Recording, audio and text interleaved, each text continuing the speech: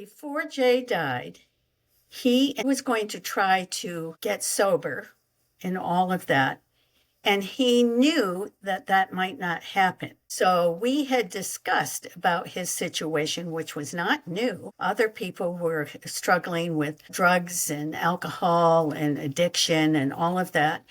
And we talked about doing something together before he died or something after he died. So I felt that I really needed to pursue that because obviously he didn't make it. So I had a friend who was a channeler and she channeled him in, which was amazing because I knew it was him by some of his remarks and all of that he said. So it took me, I think that book took me 4 years to do.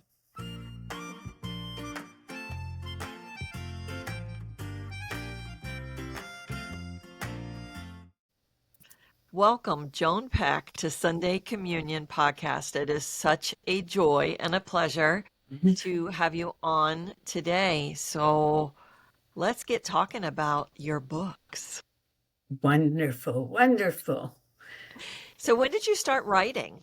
I started writing in 2008. My son had died of an overdose. He was an alcoholic, and toward the end, and it was the only way that I could focus myself at the time in my life because I wrote about the chakras. And the chakras were so complicated, really. I mean, with transcript and all of the old language and everything, that I decided to keep it simple. And by doing so, I could simplify my life because each of the 7 major chakras represented a part of living. And so that was the way I could really understand the 7 different ways of living that would help me keep them in balance. It was a great way to do it. Before that, even though I had been in spiritual groups and everything, and since my 20s, I had not really studied the chakras. So it was a wonderful, wonderful way for me to heal. Now, that was your first book?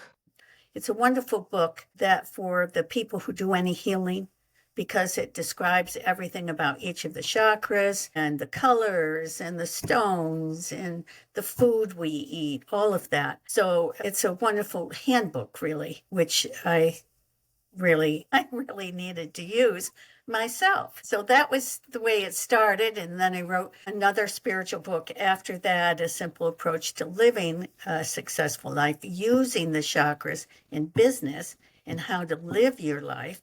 And then I wrote a third book, spiritual book, and that was on all the different modalities, spiritual modalities.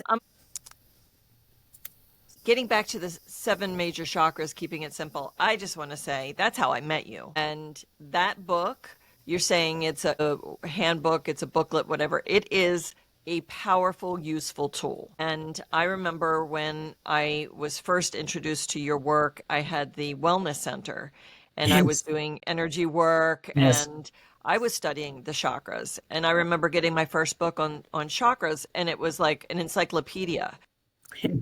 I mean, although the pictures were beautiful, it was too out there. It wasn't practical. And so I didn't want to jump off that book because in our discussion, because it's a very powerful, useful book, especially like you say, if you are in the healing arts, if you're a Reiki practitioner or any kind of healing energy work, this book is a perfect handbook companion for you to not only have for yourself, but also to help with your clients. I love that book. And it was your launch pad. So then you went and did your second book and you did the modalities book. Actually, I think I was a part of that book. Yes, you were. Way back when. And then actually this is your book about your son. And let's talk about that a little bit because I find that fascinating. How did that come about? Before Jay died, he was going to try to get sober and all of that. And he knew that that might not happen. So we had discussed about his situation, which was not new. Other people were struggling with drugs and alcohol and addiction and all of that. And we talked about doing something together before he died or something after he died. So I felt that I really needed to pursue that because obviously he didn't make it. So I had a friend who was a channeler, and she channeled him in, which was amazing because I knew it was him by some of his remarks and all of that he said. So it took me, I think that book took me 4 years to do. 4 years or maybe even a little bit more to do, because I would have these sessions with Cheryl, and she told me the group that we talked to. It was Jay, it was the angels, and the group of people who had said they would help us with this from the other side. They said that they felt that I had grown to the point where I could hear other information. And so we would have these sessions, and then it would take me forever to kind of transcribe it. And then I had to make sure it was simple and not too far out there, so people would actually read the book, and there would be something within the book that helped guide them. And one of the simplest things is to connect with the earth. I mean, if you can connect with that energy of the earth, that can really ground you and get you thinking about your life, watching the animals, all of nature and whatever, and you can understand your part in it better. So that's really how that got started. It's a great book. Had several people who were still addicted, young guys, who said, "Yep, you've got this nailed." I really believe it could help people. What I find fascinating also in what you've just described is that you had this conversation with Jay before he transitioned. Yes. So does that mean that, and you said you started your spiritual journey in your 20s, so did your children grow up with the understanding that you don't die, you release your physical form, but that there is life after this experience? Yes, yes. So your children were familiar with this concept and embodied that concept, so that when Jay was struggling with addiction, he knew this wasn't the end all. Right, right. What did that conversation look like? Well, we would talk about afterlife. We would talk about energies. Energies are so important. What do you mean by energies?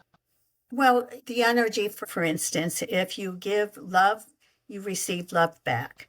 If the energy, the higher power energy, many of us live in a very low energy. It's the energy that is without hope. It's the energy that is concerned about things, and it's not the higher level energy.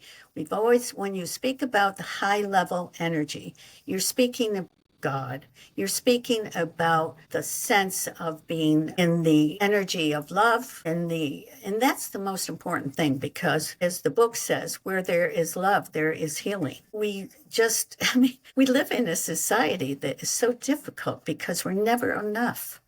We get it in women, especially. We're never thin enough, pretty enough, all of this negativity. And for guys too. And so we're always striving for something outside ourselves.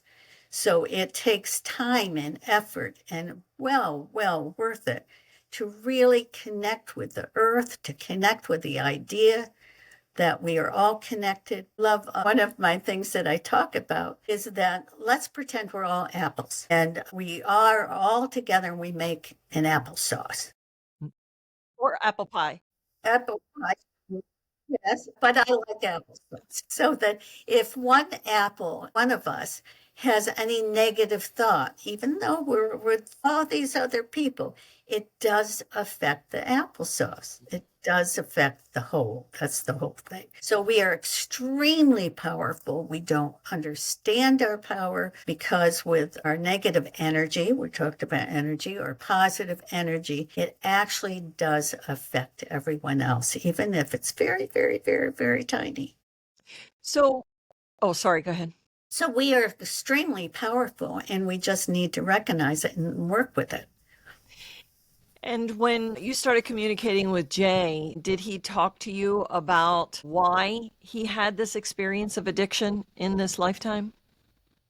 Well, he's had it in other lifetimes as well, and he thought he could get over it. And he was warned that he bit off a lot to do what he was doing. And he decided, no, he was going to try it. He was going to look at this lifetime and whatever. And of course, he didn't. But I think, like any mother or father, any parent who loses a child, they want to make sure that the child's okay. And so one of my first questions is, what are you doing and whatever. And then we got down to the nuts and bolts and said, Jay, what would have made a difference? And he kind of laughed and he said, nothing. Oh, Yeah. He had nothing would made have his made a choice. difference. Yeah, he had made his choices. So, and then again, and he came up with the expression, which I really like, life is nothing but a chain of choices. And I like that expression. Yeah. So we talked about, a lot of different lives, kind of negative and whatever. And I said, well, I want to know one of your lifetimes that was fun. And he was a little girl in a lifetime Oh. with older brothers who were always protecting her, I should say. And so he talks about that lifetime and what, spoiled he was and, loving and whatever. So it was fun to see how different lifetimes, we all experience different lifetimes, but how some of them we learn, some of them are just happy, fun lifetimes. And so And what was the interesting. biggest, I would say, aha or new information that you gleaned from him? Like it felt like there was a detachment to his life, more of just a viewing, almost like you're reading it from a textbook kind of thing, right? This was his life, this is what he experienced, but it didn't seem like there was a lot of attachment to it.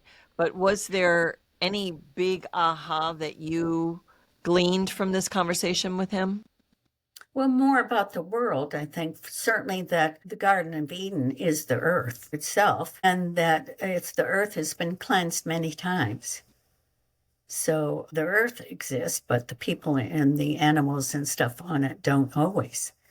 So I think that was, as far as he himself, I think it was interesting his different lifetimes. You could see how he got to where he was and what it was, the thinking and the negativity, not realizing that all of his power in understanding how he used it or didn't use it. I think the biggest ha-ha moment for both of us was when we first came as a soul onto the planet Earth.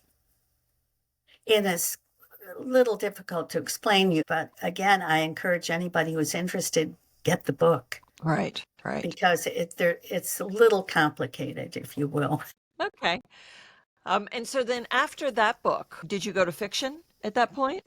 I did. I said, I want to have fun. Yeah, it was a heavy ride with that book and a long time. You said, over 4 years. Yeah. It's a labor of love writing a book like that. Well, And it's a labor of love for humanity, in my opinion. it was humbling for me as well. Yeah. But anyhow, I decided I've always talked about wanting to write a book, a mystery book. This goes way back to when I was a kid. And so I wasn't sure I could do it. So I began and realized very quickly that I could do it, but not that well. So I had to redo it and redo it and redo it. And then it was too big for just one book. So then I realized I had to write a series. So that's the 6-book series on it, What's the name of that series? the Death Card series. The Death Card series. Now, when you first decided to write fiction, if you don't mind me asking, how old were you at that time? God, you're going to put me on the spot. Okay, well, you don't have to tell me, but the reason why I find it In my fascinating, 70s. I was in my 70s, but I can't remember. that's brilliant Yes. because, we're talking a lot about aging in the world and baby boomers and I love when people let's say, at a certain age, whether it's 50 or 60 or 70 or even 80, start something new Yes. and say, you know what, this is the time for the next chapter. And so I I am just in awe of you to say, you know what, I've been really want to write fiction and I'm going to step into this, however old you were, and say that this is a new chapter for me and I'm going to embrace it. And so that series, a friend of mine said, actually, my publisher, he said, nobody likes their first book, right? Because when I wrote my first book, 10 years later, I republished it for the 10-year anniversary second edition. But I was like, can we get that other one off? Can we take that back? Because it was so poorly written. So, and she's like, no, everybody hates their first book, right? It's like, you have to start somewhere and to really be okay with that. So you started with fiction and you said, it was a struggle in the beginning and then you launched a whole series. Did you drop the whole series at one time or did you bring it out one book at a time?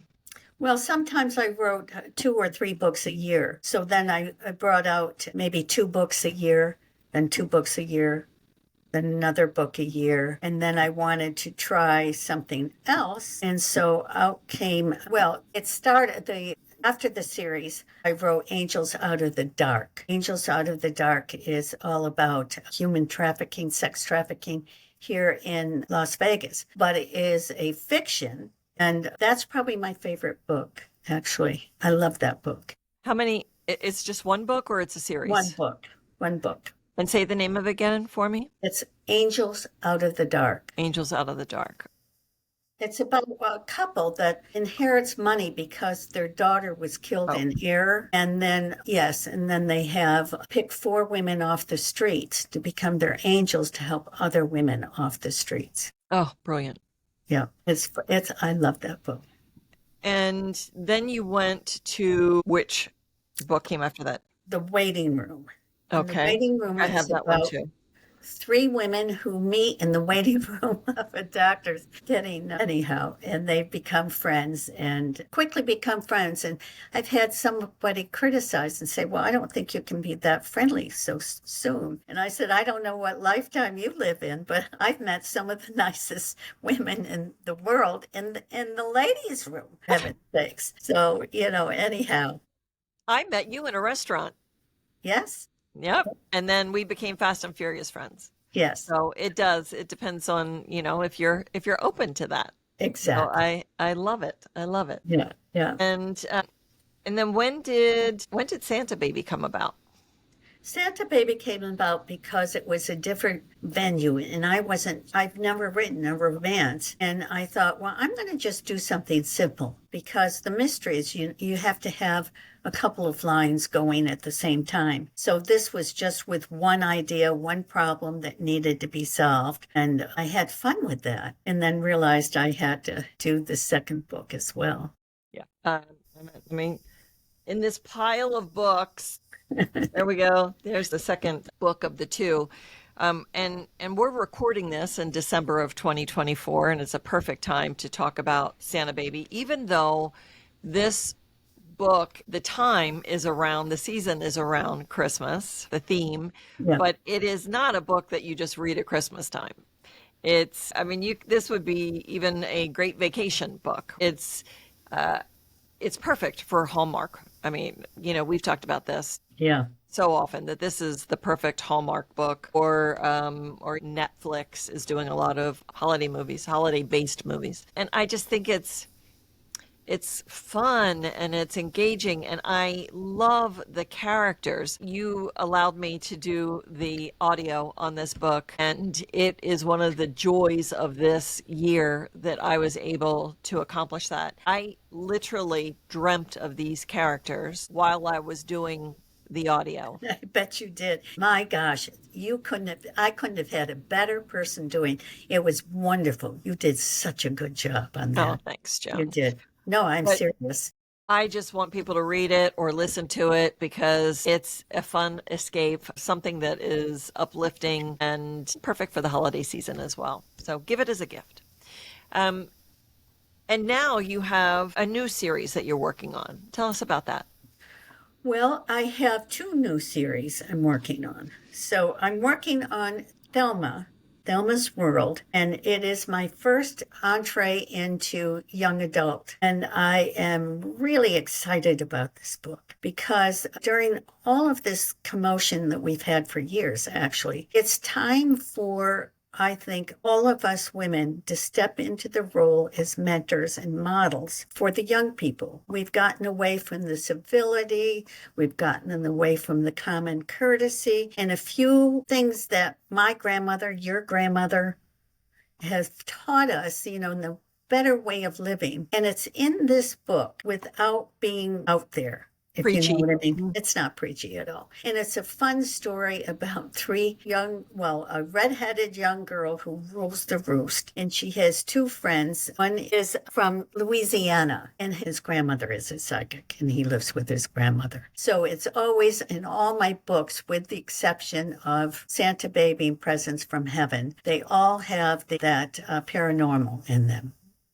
So I really believe in that. And so that's one of the new series. They are three geniuses and they get picked on and they're called the geeks and whatever. And they solve a mystery in that book. So it's kind of fun to see how they react to everything. The other is a series of cousins, two ladies, and it's the Boston Death and then the Santa Fe The series is Scandal. called The Boston Death?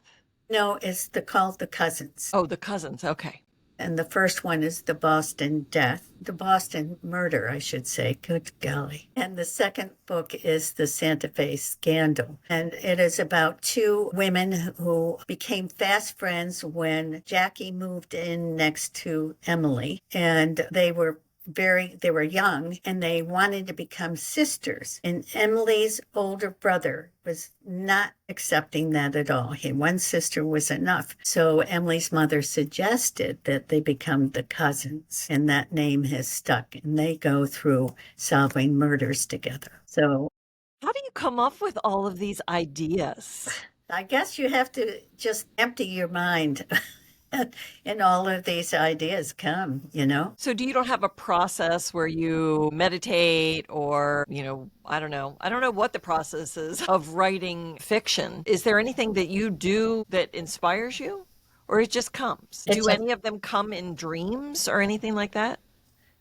No, they just come really. Or I might think of something, or, I read like you do. I read books, watch movies and stuff. And sometimes I'm inspired by something that somebody may say or do or whatever. But yeah. And so you said that all your books, except for the Santa Baby series, have this paranormal, supernatural vibe to it. And is that because that is something that you've always been interested in? Is there any additional reason for that? Yes, because I believe that we need to show more love to each other.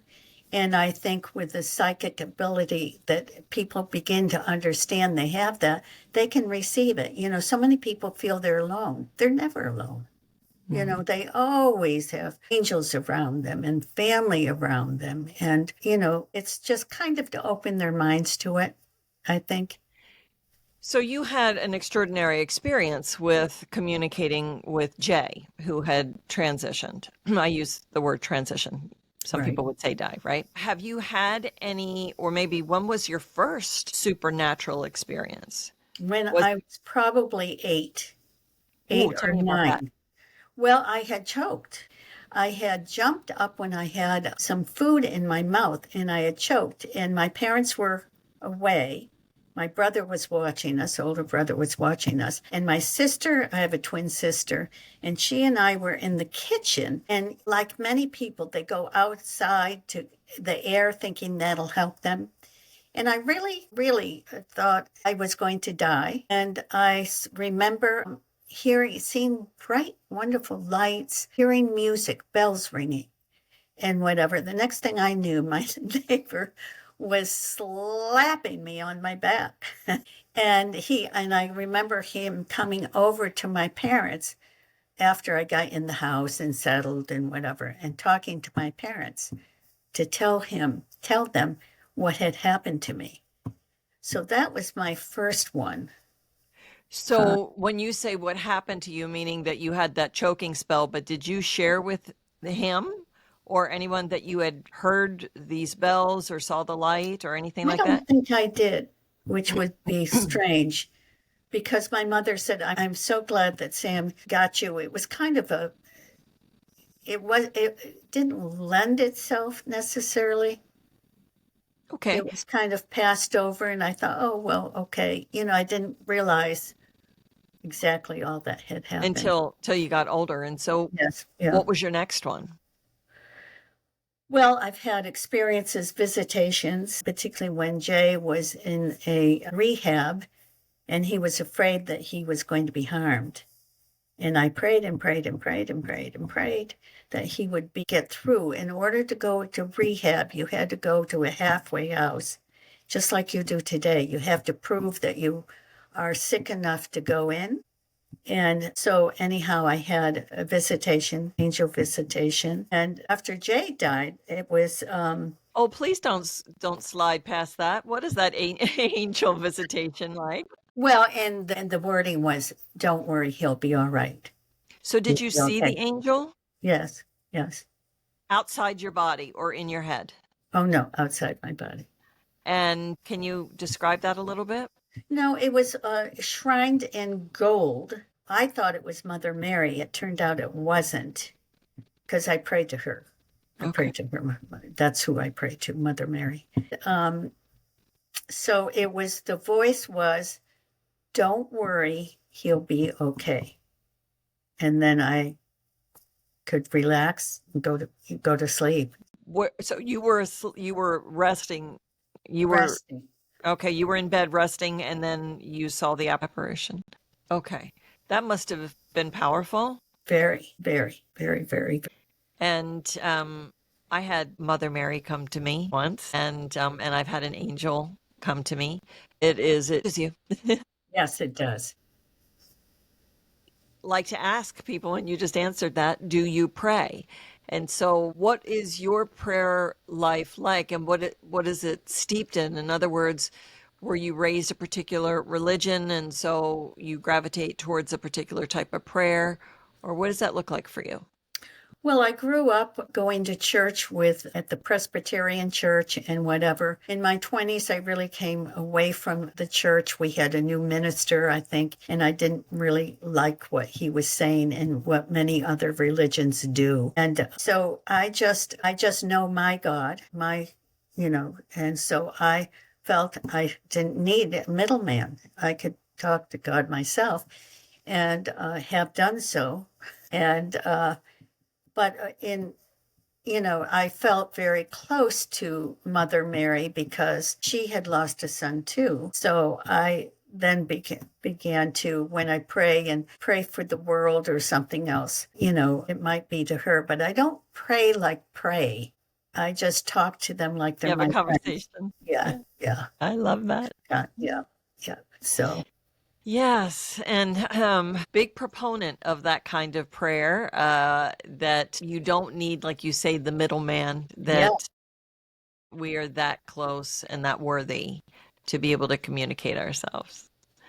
yeah. So that's beautiful. On this podcast, we talk about overcoming obstacles, Mhm. and you have described a very difficult one, which was losing a child. Can't even imagine the depth of that kind of pain to lose your own child. How did you move through that, and suggestions or what advice or wisdom could you give to someone who is dealing with that kind of grief?